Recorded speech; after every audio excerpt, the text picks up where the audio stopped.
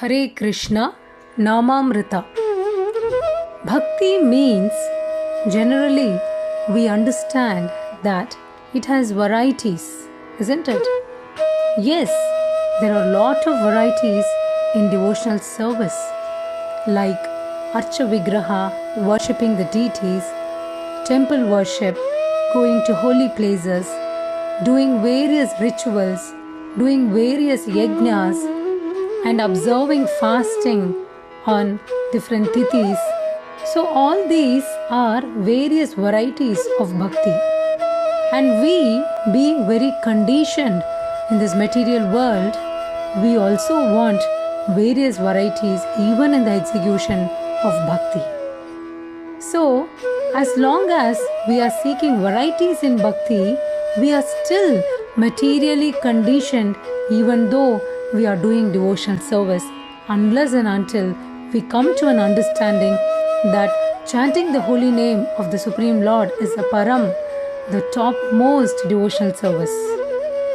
Yes, everything has its potency to rise us above at each and every level in devotion.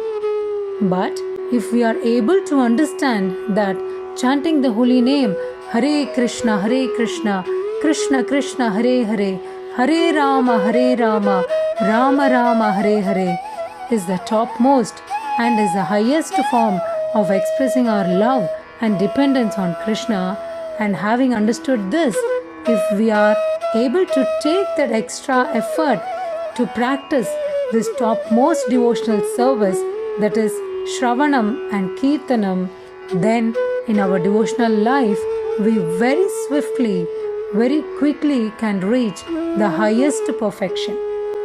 When we say take that extra step, we always say when we take one step, Krishna comes 10 steps towards us, isn't it? So what does this mean? Taking one step mean coming out of our comfort zone. Even when we are not liking to do devotional service, or when we feel lazy, or when we are getting distracted, still we take that effort to do it. When we don't feel like doing japa, still we do it because it pleases Krishna. Then that is taking that one step forward. Anything we do just because we feel like doing, be it material or spiritual, we just do it because we are very happy to perform that activity, as we already feel like doing that.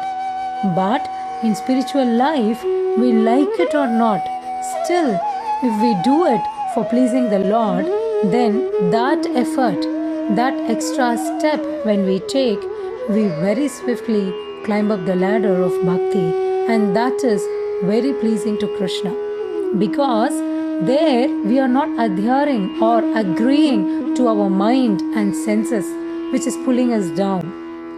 Oh, not now, later, like this. So if we postpone, we totally fall under the control of our mind. But when we come out of such likes and dislikes and just do it because that is the best for our devotional practice, this is taking that one step forward in our spiritual life. Here, Krishna comes 10 steps towards us. So we need to understand this very clearly. Chanting the holy name is so potent. Even when we chant carelessly, even when we chant without any interest, still it has its effect. Such is the potency or the merciful nature of the holy name. Then imagine if we chant with love and devotion, how much of cleansing and how much of pure devotion can develop in our heart. Do we have any other business in this material world? Honestly, no. Because this material world keeps on taunting us with various distractions, which is ultimately going to keep us away from the divinity. It's going to keep us away from Krishna. The more we neglect, the more we ignore the material attractions and distractions, the more we go closer to Krishna. And there we experience real bliss, real happiness, and real peace. This is something to be experienced. Then we develop that conviction that yes, this is true, this is a fact. To develop this conviction, we need to experience it. For us to experience it, we like it or not, we have to endeavor for it. Then our life becomes successful.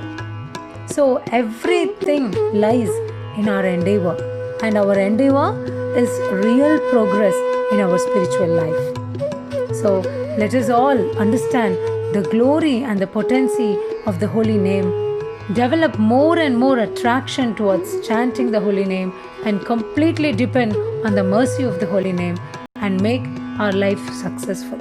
Hare Krishna Maha Mantra ki Jai.